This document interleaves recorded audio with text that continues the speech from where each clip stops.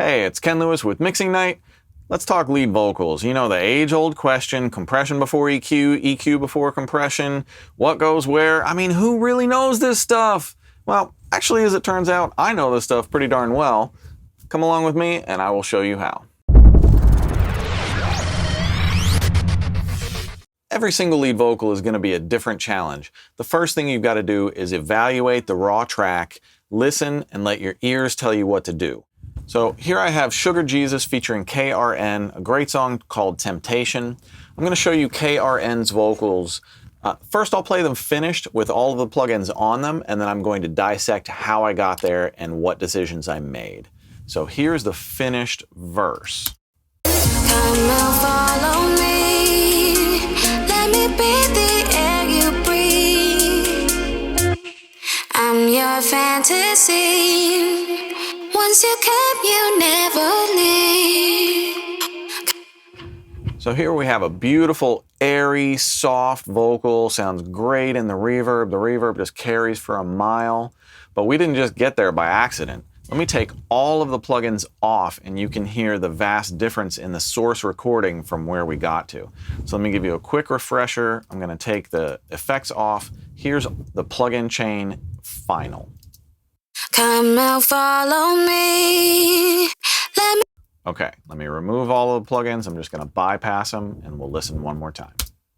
Come and follow me.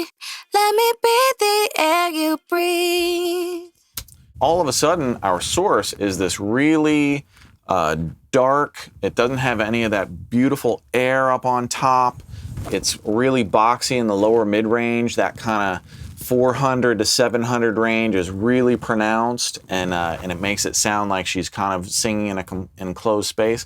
So I think in this instance, I'm going to put the EQ before the compressor because I feel like I need to get rid of some of the low-end energy of the lead vocal and add some top before the compressor does its thing. And the reason being, the low frequencies are going to drive your compressor much harder than the high frequencies and mids and upper mids.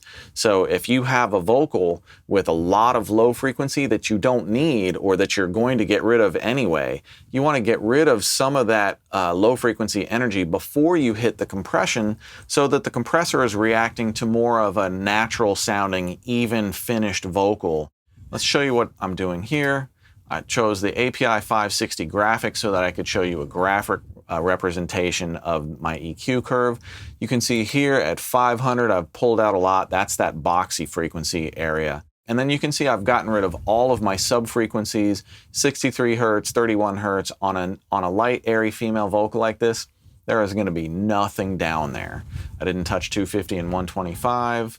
I think the dipping 500 takes enough. And then you can see that I'm really opening up the top end, 16K, I'm at +7, 8K, I'm at +5, 4K, I'm bringing those presence frequencies out. Let's hear the difference in this EQ. Come and follow me. Let me be the air you breathe. I'm your fantasy. Once you come, you never leave. So by the time I'm EQing it, the compressor is looking at a much more balanced, even vocal, something that you would expect to hear, and it's reacting only to those frequencies, so those low frequencies that I don't really need, and especially that room rumble and stuff, is not driving the compression settings. Okay, let's look at the compressor. I've got a Empirical Labs distressor set up. This thing is like a Swiss Army knife. I've got a 3-to-1 ratio, so a fairly mild ratio, fairly fast attack and release, kind of medium attack, fast release. Let's just hear how that sounds after this EQ. Come and follow me. Let me be the air you breathe. Okay, let me show you how if I take this 500 hertz slider that's currently at about -5 and I push more of that, now the EQ is before compression, so whatever I do to the equalizer is going to affect what the compressor does. Come and follow me. Let me be the air you breathe. I'm your fantasy. Once Do you hear how that low frequency energy is really pushing the compressor much harder now? So I don't get that nice even compression anymore. That whenever she's kind of deeper in her voice, she's pushing the compressor harder, and whenever she gets lighter, the compressor just lets go. And it's not really making the one performance nice and even. So 500 hertz, back to carving out some of that boxiness. And let me show you how all of this sounds in the mix now that it's tailored. Come and follow me.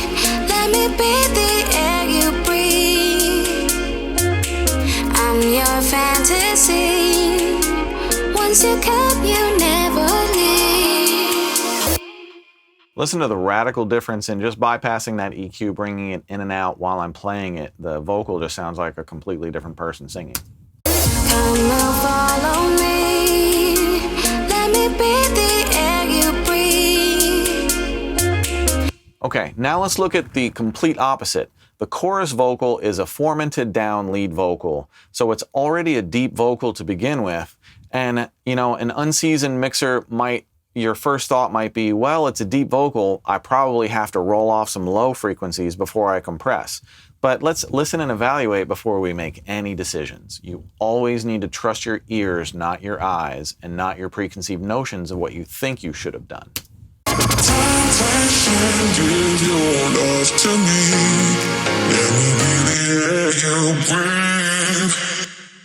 Okay, sounds great with all the plugins and effects. Let me remove all of those now, and let's evaluate the raw track. Time, passion, give your love to me. Let me be the air you breathe. I already feel like this has got good presence. It's got decent top.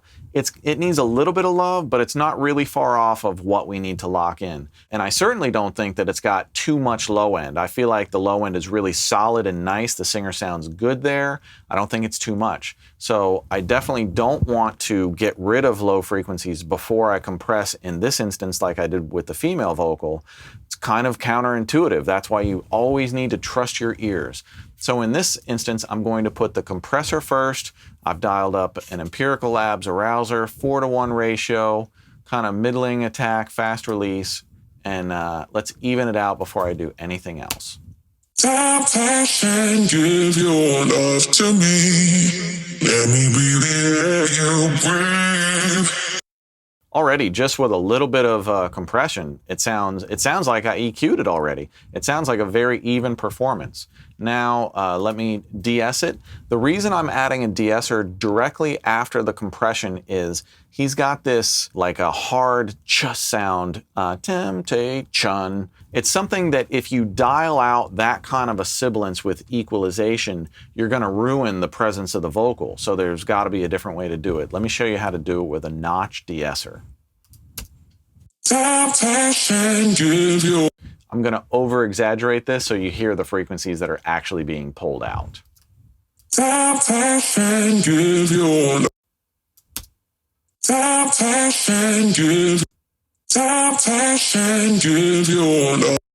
you go. There's another pro tip for you. And then finally, just a little bit of equalization on the top. You can see I'm not touching any of the lows or lower mids all the way up to 2K. I'm giving it a little bit of extra presence. Nothing at 4, 1 dB at 8K, and 3 dB at 16. Small changes after the compression. Let's listen. Give your love to me. Let me be the air you breathe. Time, passion, give your love to me. Really minor equalization overall. And let's add the effects back in and just hear the finished thing. Give your love to me. Let me be the air you breathe.